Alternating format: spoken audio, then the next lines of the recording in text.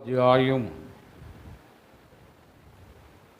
ఈ 14వ అధ్యాయం 26వ వచనములో యెహోవా యందు భయభక్తులు కలిగి ఉండుట బహుధైర్యమును పుట్టించును అని చదివా. ఇవాళ మన వాక్యాంశం ఏంటంటే దేవుని యందు భయము భక్తి. ఏమ్మా, మన వాక్యాంశము ఇవాళ దేవుని యందు భయము భక్తి గలవారు ఎలా ఉండాలి? అసలే దేవుని యందు భయము భక్తి అంటే ఏమిటి? దేవుని యందు భయభక్తులు గలవారు ఎలా ఉంటారు అన్నది ఇవాళ మన వాక్యాన్ని చూస్తూ ఉన్నాం. ద్వితీయోపదేశకాండం 5వ అధ్యాయము 5వ అధ్యాయములో మనం ఒకసారి చూస్తే 29వ వచనములో ఒక మాట రాశాడు. వారికి వారి సంతానమునకును నిత్యము క్షేమము కలుగునట్టు వారు నాయందు భయభక్తులు కలిగి నా ఆజ్ఞలన్నిటిని అనుసరించే మనస్సు మీకుండాలి అన్నాడు. దేవుని యందు భయము భక్తి అంటే దేవుని ఆజ్ఞలు అనుసరించాలి. స్నేహితులారా, దేవుని ఆజ్ఞలు అనుసరించు వారు దేవుని యందు భయభక్తులు గలవారిగా ఉన్నారు. మరి దేవుని అనేకమైన ఆజ్ఞలు బైబిల్ గ్రంథములు మనం చూస్తాం. నిర్గమాకాండము 20వ అధ్యాయము 6 నుంచి 17 వచనాలలో నీ దేవుడైన యెహోవా నామమును వ్యర్థముగా ఉచ్చరించవద్దని,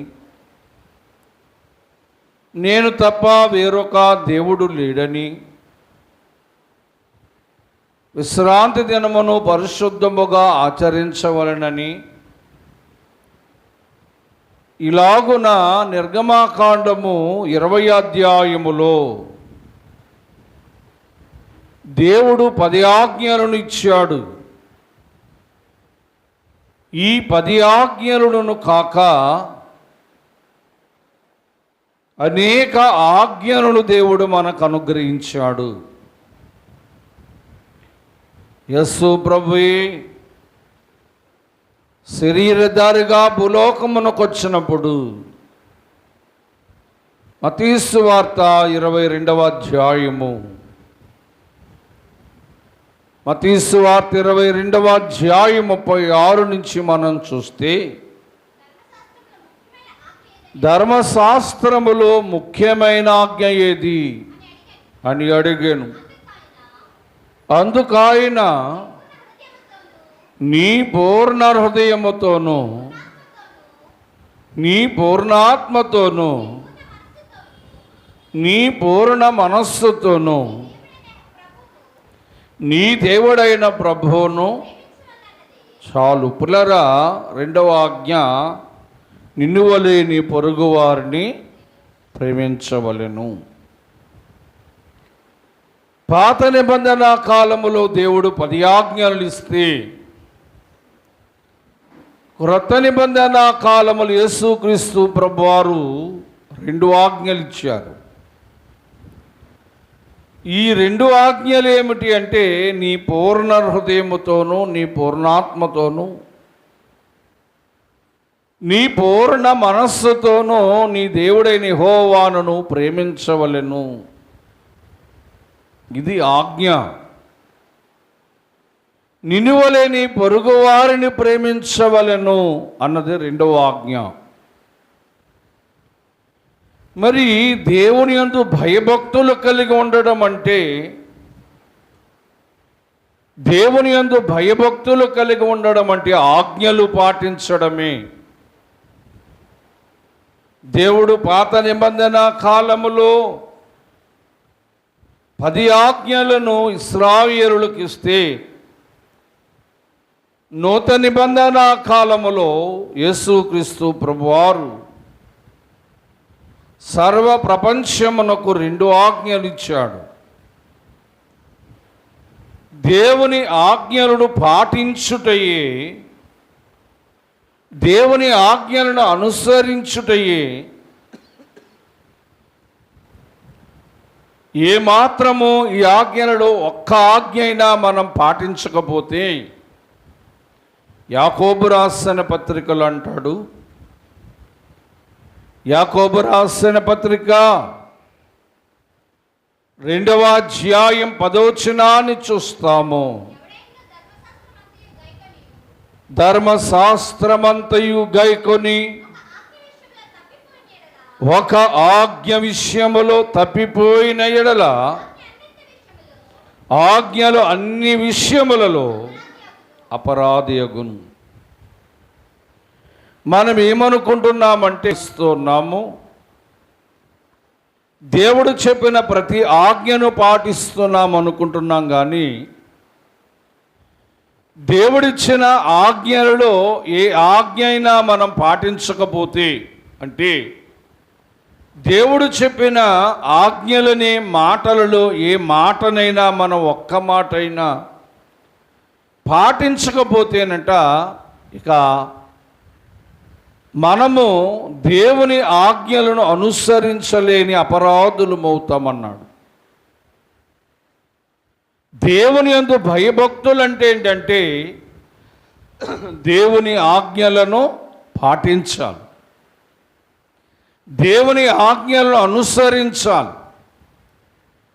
ఆ ఆజ్ఞలలో ఒక్కటైనా మనం అనుసరించకపోతే, ఆజ్ఞలలో ఒక్క ఆజ్ఞ అయినా మనం పాటించకపోతే, మనము దేవుని యందు భయభక్తులు లేని వారిమి అని వాక్యము సెలవిస్తోంది.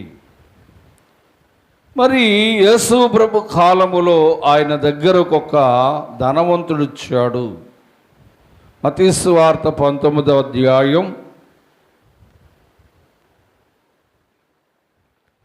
19వ అధ్యాయం 16 నుంచి కొన్ని వచనాలు చూద్దాం.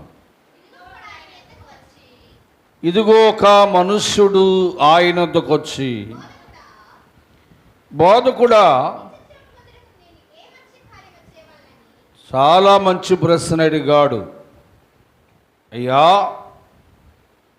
యేసు ప్రభు వారిని ఒక మాట అన్నాడు, బోధకుడా, నిత్య జీవం పొందడానికి నేను ఏ ఆజ్ఞలను పాటించవలను లేదా ఏ కార్యమును పాటించవలనని ఆయనను అడిగాడు. అందుకు ఆయన, మంచి కార్యమును కొరకు నువ్వు నన్ను ఎందుకు అడుగుతున్నావు? మంచివాడొక్కడే,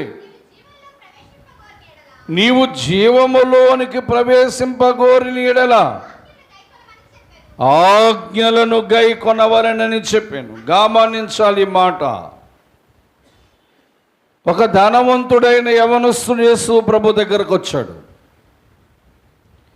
ఈ ధనవంతుడైన ఈ యవనస్తుడు వచ్చి యేసు ప్రభువుని అడుగుతున్నాడు, ప్రభువా, నేను నిత్య జీవం పొందాలంటే ఏం చేయాలి, ఏ కార్యం చేయాలని అడిగాడు. అయితే యేసు ప్రభువారు అన్నాడు, అయ్యా, నీవు నిత్య జీవం పొందాలంటే ఆజ్ఞలు పాటించాలి. ఏం పాటించాలి? నిత్య జీవం పొందడం అంటే ఏంటంటే, నిత్య జీవములో ప్రవేశించడం అంటే ఏంటంటే, పరలోకములోనికి నేను వెళ్ళాలంటే ఏం చేయాలి ప్రభువా అని అడిగాడు. అయ్యా, నిత్య జీవం అనే పరలోకానికి నీవు వెళ్ళాలి అంటే నీవు ఆజ్ఞలను గైకొనాలి, ఆజ్ఞలు పాటించాలన్నాడు. యేసు ప్రభువారు అలాగనగానే ఆ యవనస్తుడు అంటూ ఉన్నాడయ్యా, 20వ వచనములందుకు ఆ యవనస్తుడు, ఇవన్నీ నేను చిన్నప్పటి నుంచే చేస్తున్నాను ఆజ్ఞలు, ఇవన్నీ 10 ఆజ్ఞలు కూడా నేను చిన్నప్పటి నుంచి అనుసరిస్తూ ఉన్నాను. నేను బాల్యము నుంచే ఈ 10 ఆజ్ఞలు కూడా అనుసరిస్తున్నాను గనుక నాకు ఇంకా ఏమి కొదువు ఉంది అని అడిగాడు. అప్పుడు యేసు ప్రభు అన్నాడు, అందుకు యేసు, నీవు పరిపూర్ణముగా కోరుకునే ఎడల నీవు పోయి నీ ఆస్తి నమ్మి పేదలకిమ్ము, అప్పుడు పరలోకమందు నీకు ధనము కలుగును. ఇది కూడా ఆజ్ఞ. ఈ మనుష్యుడు అన్నాడు, యేసు ప్రభువా,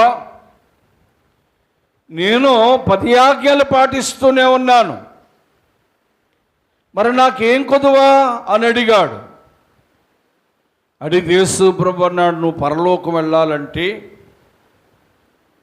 ఆ నిత్య జీవములో ఉండాలంటే నీకో కొదువు ఉంది అయ్యా. ఆ కొదువు ఏంటంటే నీ ఆస్తి నమ్మి పేదలకిమ్ము అన్నాడు. స్నేహితులారా, ఈ మాట అనగానే అతడు యవనస్తుడట. 22వ వచనములో మనం చూస్తే, అయితే ఆ యవనస్తుడు మిగుల ఆస్తి గలవాడు గనుక ఆ మాట విని బాధపడుతూ వెళ్ళిపోయాడు.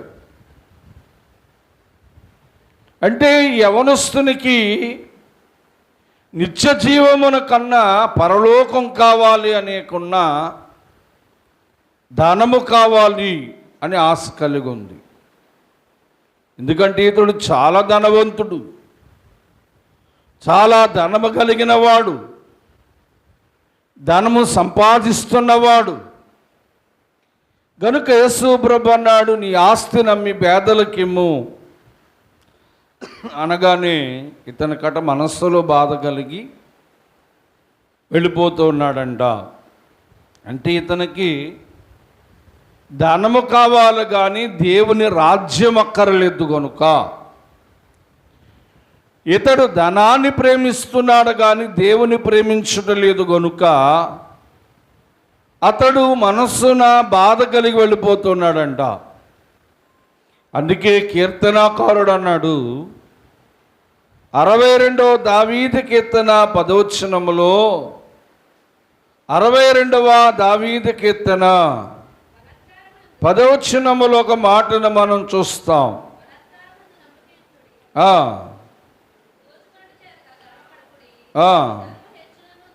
ధనము హెచ్చుగా పెరిగినను దాన్ని లక్ష్య పెట్టకూడదట. ధనము మనకు ఎక్కువగా ఉన్నా, ధనం ఎంత ఎక్కువ సంపాదించినా మనము దాన్ని లక్ష్య పెట్టకూడదు, దాన్ని మనం లెక్క చేయకూడదు.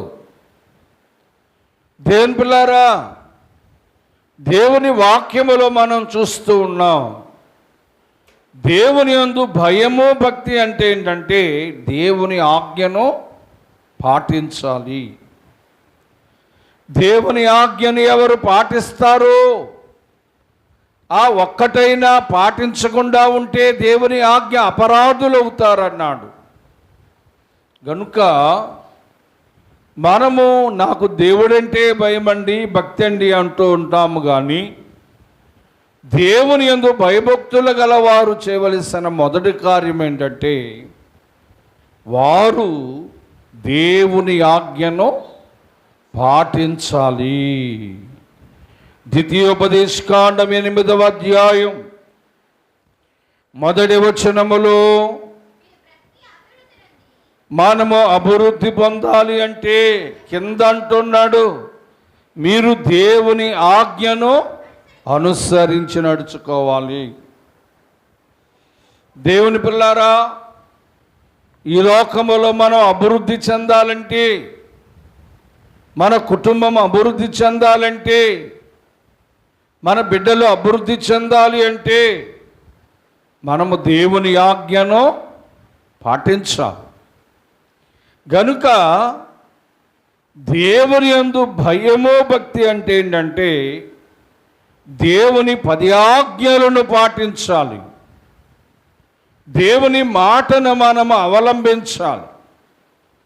గనుక ఎవరైతే దేవుని యందు భయభక్తులు కలిగి ఉంటారో వారు దేవుని ఆజ్ఞను పాటించవలసిన వారు. ఇది మొదటిగా మనం చూస్తాం. ఇక రెండవదిగా మొదటి సమూయేలు గ్రంథము 12వ అధ్యాయం, మొదటి సమూయేలు గ్రంథము 12వ అధ్యాయము 24వ వచనాన్ని మనం చూస్తే, అది మీరు తలచుకొని దేవుని యందు భయభక్తులు కలిగి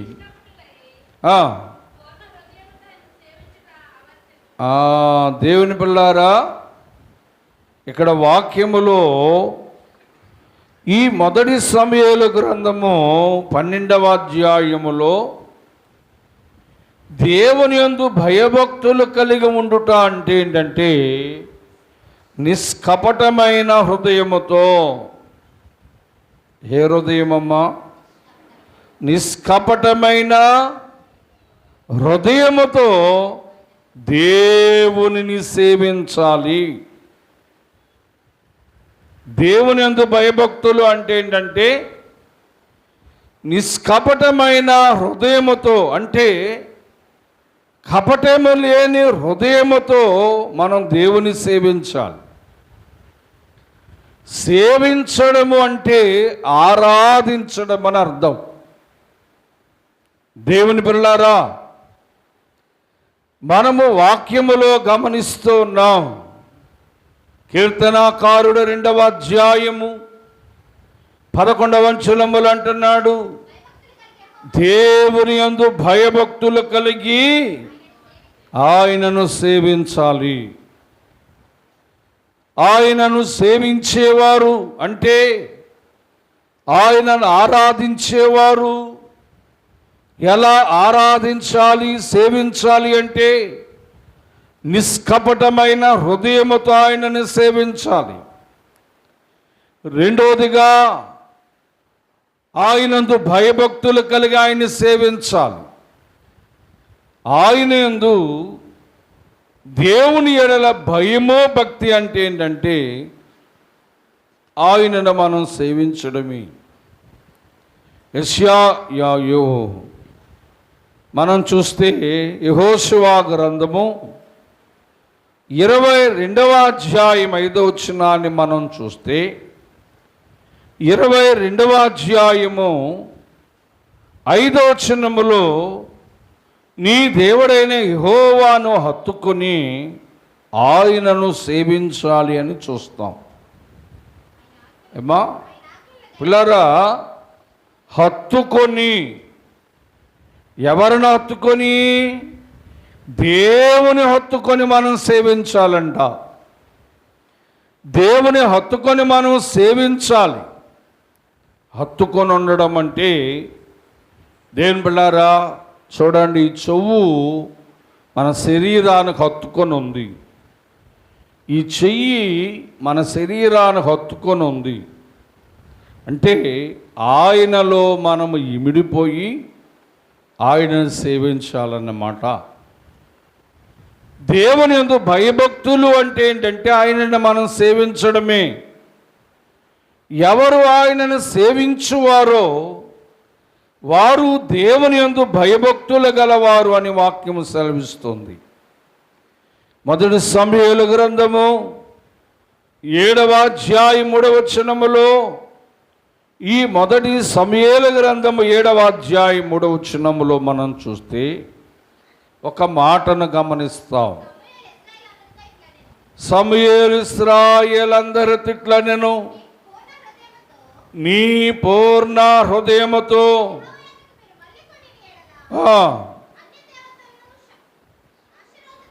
అషారోతు దేవతలను మీ మధ్య నుంచి తీసివేసి ఇక్కడ ఓ మాట చూస్తూ ఉన్నాం. పట్టుదల కలిగి యెహోవా తట్టు మీరు తిరిగి ఆయనను సేవించాలి. దేవుని భయభక్తులు అంటే ఏంటంటే ఆయన సేవించడమే, అంటే ఆయన ఆరాధించడమే. ఒకటి ఏంటి అంటే దేవుని పిల్లలారా, నిష్కపటమైన హృదయముతో ఆయనను మనం సేవించాలి. భయభక్తులు కలిగి ఆయనను మనం సేవించాలి. ఆయనను హత్తుకొని ఆయనను మనం సేవించాలి. పట్టుదల కలిగి. నీవు అన్య దేవతల వైపు ఉన్నావేమో, అన్య ఆచారముల వైపు ఉన్నావేమో అని ప్రభు చెప్తూ, నీవు పట్టుదల కలిగి నీ హృదయమును దేవుని తట్టు తిప్పుకొని ఆయనను సేవించాలి అన్నాడు. దేవుని యందు భయభక్తులు అంటే అర్థం ఏంటంటే ఆయనను సేవించుటయే. నిర్గమాకాండము 23వ అధ్యాయము, నిర్గమాకాండం 23వ అధ్యాయము 25వ వచనములు అంటాడు, నీ దేవుడైన యెహోవాను సేవించిన ఎడల అప్పుడు ఆయన నీ ఆహారమును నీ పానమును దీవించును. చూసారా, దేవుని సేవిస్తే ప్రయోజనం ఏంటి? దేవుని ఆరాధిస్తే ప్రయోజనం ఏమిటి అనుకుంటే, దేవుని సేవించుట వలన లేదా ఆరాధించుట వలన ఒకటి మన ఆహారం దీవింపబడుతుందంట, మనము తినే ఆహారము దీవింపబడుతుందంట. రెండవదిగా మనలో నుంచి, మన ఇంటిలో నుంచి రోగము తొలగిపోతుందంట. దేవుని బిళ్ళారా, మనం సామెతలు 14:26 చదివాం. దేవుని యందు భయము భక్తి అంటే అర్థం ఏంటంటే, దేవుని యందు భయము భక్తి అంటే ఒకటి ఆయన ఆజ్ఞను అనుసరించాలి. దేవుని యందు భయము భక్తి అంటే రెండవదిగా ఆయనను నిష్కపటమైన హృదయముతో సేవించాలి అని మనం చూస్తూ ఉన్నాం.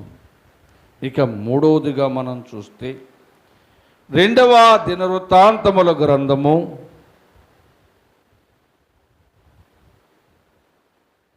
2వ దినవృత్తాంతముల గ్రంథము 9వ అధ్యాయం 19:9.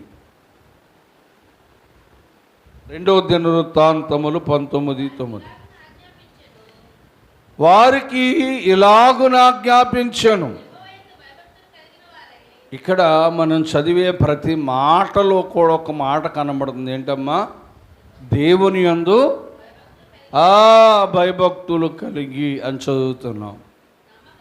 దేవుని యందు భయభక్తులు కలిగి ఆయన ఆజ్ఞను పాటించాలి. దేవునందు భయభక్తులు కలిగి ఆయన సేవించాలి.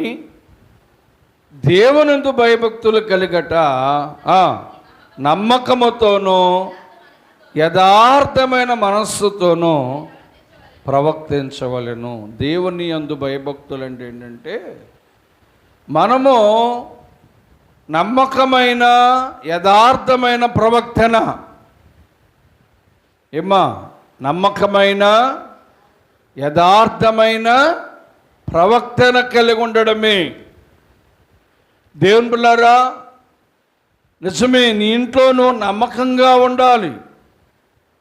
నువ్వు చేసే పనిలో నమ్మకంగా ఉండాలి. నీ భక్తిలో నమ్మకంగా ఉండాలి. దేవునికి ఇచ్చే విషయంలో నమ్మకంగా ఉండాలి.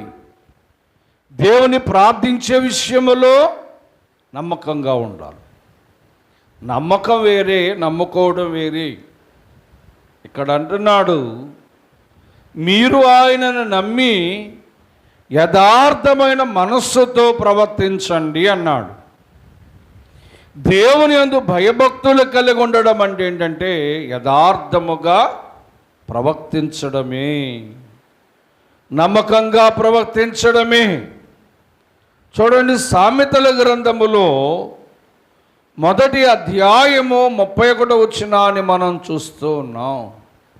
సామెతల గ్రంథము మొదటి అధ్యాయం 31 వచనము. కాబట్టి వారు తమ ప్రవక్తనకు తగిన ఫలము పొందుతారు. ఏమ్మా, మన ప్రవక్తనకు మనమే తగిన ఫలము పొందుతామంట. ఒకసారి చూద్దామా? సామెతలు 16:7-16, 17 వచనములో ఒక మాట చూస్తాము. చెడుతనమును విడుచుటయే తన ప్రవక్తన కనిపెట్టుకున్నవాడు. రైట్, ఇక్కడ ఒక మాట గమనించండి. తన ప్రవక్తన కనిపెట్టువాడు అనే మాట కంటే తన ప్రవక్తన మంచిగా చూసుకున్నవాడు తన ప్రాణాన్ని కాపాడుకుంటాడంట. ఏమా, నీ మంచి ప్రవక్తన నీ ప్రాణాన్ని నువ్వు కాపాడుకుంటావు. కొంతకాలము నీ ప్రాణం నిలబడుతుంది. దేవుడిచ్చిన ఆయుష్కాలం అంతా నీ ప్రాణం నిలబడుతుంది. ఒకవేళ సామెతల గ్రంథము 19వ అధ్యాయము 16వ వచనాన్ని మనం చూస్తే, తనను కాపాడుకున్నవాడు తన ప్రవక్తన విషయమే అజాగ్రత్తగా ఉండువాడు చచ్చును. నీ ప్రాణము కాపాడుకోవాలంటే నువ్వు మంచి ప్రవక్తను కలిగి ఉండాలి. నీ ప్రాణం నువ్వు పోగొట్టుకోవాలంటే నీ చెడ్డ ప్రవక్తనే దానికి కారణం. దేవుని పిల్లారా, తన ప్రాణమును కాపాడుకోవాలి అంటే మంచి ప్రవక్తన. తన ప్రాణమును కాపాడుకొనకుండా చావాలి లేదా మరణించాలి అంటే చెడ్డ ప్రవక్తన. అంటే నీ ప్రవక్తన నీకు ప్రతిఫలం ఇస్తుంది. గనుక దేవుని వాక్యం ఏమంటుందంటే, నమ్మకమైన యథార్థమైన మనస్సుతో ప్రవర్తించుటే దేవుని యందు మనం భయము భక్తి కలిగి ఉండడం. స్నేహితులారా, ఇవాళ దేవుడంటే మనకు భయం లేదు. ఏదో ఆదివారం వచ్చి కొద్దిసేపు గుళ్ళో కూర్చొని వెళ్ళిపోతున్నాం. నీకు దేవుడంటే భయం ఉంటే ఏ ప్రార్థన మానవ్, ఏ కోటం మానవ్. ఏమా పిల్లారా, ఇవాళ దేవుడంటే భయం లేదు కనుక లోకములో లోక పనులలో మనం ఉండిపోతున్నాం. లోక కార్యాలలో మనం ఉండిపోతూ ఉన్నాం. ఏమ్మా, ప్రార్థన అంటే నిర్లక్ష్యము. ప్రార్థనకి వెళ్ళాలంటే నిర్లక్ష్యం. అంటే అర్థం ఏంటంటే దేవుడంటే మనకు భయము లేనట్టు. ఏమ్మా, గనుక నీవు దేవునందు భయభక్తులు కలిగి ఉన్నావు అంటే నమ్మకమైన యథార్థమైన మనస్సుతో ప్రవర్తించుటే దేవుని యందు భయభక్తులు కలిగి ఉండుట. చూడండి, మనం ఎలా ప్రవర్తించాలి అంటే యాకోబు రాసిన పత్రిక మొదటి అధ్యాయము 22వ వచనాన్ని మనం చూస్తే, యాకోబు రాసిన పత్రిక మొదటి అధ్యాయం 22వ వచనము. మీరు వినువారు మాత్రమై ఉండి వాక్యానుసారంగా మనం ప్రవర్తించాలంట. వాక్యం ఎలా చెప్తుందో, వాక్యం ఎలా నడిపిస్తుందో, వాక్యం ఎలా బోధిస్తుందో అలా ప్రవర్తించాలి. మన ఇష్టానుసారమైన ప్రవర్తన మనము కలిగి ఉండకూడదు. దేవుని పిల్లారా, వాక్యానుసారమైన ప్రవర్తన కలిగి ఉంటే యెషయా గ్రంథము 53వ అధ్యాయం, క్షమించాలి 57వ వచనం. యెషయా గ్రంథము 57వ వచనము 18వ వచనాన్ని మనం చూసినప్పుడు ఏం చూస్తాడు దేవుడు? మన ప్రవక్తను చూసి ఆయన మనలను స్వస్థపరుస్తాడంట. దేవుని పిల్లారా, ఆయన మన ప్రవక్తను చూసి మనల్ని స్వస్థపరుస్తానంటున్నాడు. ఆయన మన ప్రవక్తను చూసి మంచి మార్గములు నడిపిస్తానంటున్నాడు. ఆయన మన ప్రవక్తను చూసి మనలను వాదార్చదని అంటున్నాడు. దేవుని స్తోత్రం, దేవుని స్తోత్రం. దేవుని పిల్లారా, నీకు దేవుని యొద్ద నుంచి వాదార్పు కలగాలన్నా, నువ్వు మంచి మార్గములో నడవాలి అన్నా, దేవుడు నిన్ను స్వస్థపరిచి నిన్ను బాగు చేయాలి అన్నా నీ ప్రవక్తన కారణము అని మీరు గ్రహించుకోవాలి. దేవుని పిల్లారా, వాక్యములో చూస్తే నిజమే, నీ నమ్మకమైన యథార్థమైన మనస్సుతో నీవు ప్రవర్తించుటే దేవుని యందు భయభక్తులు కలిగి ఉండుట. గనుక దేవుని యందు భయము భక్తి కలిగి ఉండడం అంటే ఏంటంటే, ఒకటి ఆయన ఆజ్ఞలు పాటించాలి, రెండు ఆయనను మనం సేవించాలి, మూడు ఆయన ఎడల ఒక మంచి ప్రవక్తన కలిగి ఉండాలి. చూడండి, వాక్యములు అంటున్నాడు. రూతు గ్రంథము 3వ అధ్యాయం 10 నుంచి 11 వచనాలు మనం చూస్తే, ఇక్కడ బోయాజు రూతుతో అంటున్న మాటలు గమనిస్తాం. రూతు గ్రంథం 3వ అధ్యాయము 10 నుంచి 11 వచనాలు చూద్దాం. అతడు నా కుమారి, నీవు దీవెన నొందిన దానవు, యవనస్తులను నీవు వెంబడింపకుండుట వలన మా మునుపటి ఏమంటున్నాడు, ముందున్న ప్రవక్తన, సత్ప్రవక్తన అంటే మంచి ప్రవక్తన కంటే వెనకటి మంచి ప్రవక్తన మరి ఎక్కువగా ఉంది. ఏమా, ముందున్న ప్రార్థన ఇప్పుడు లేదు, ముందు వచ్చే సన్నిధానానికి ఇప్పుడు రావట్లేదు. మరి నీ ప్రవక్తను ఎలాగుందో నువ్వు ఆలోచన చేసుకోవాలి.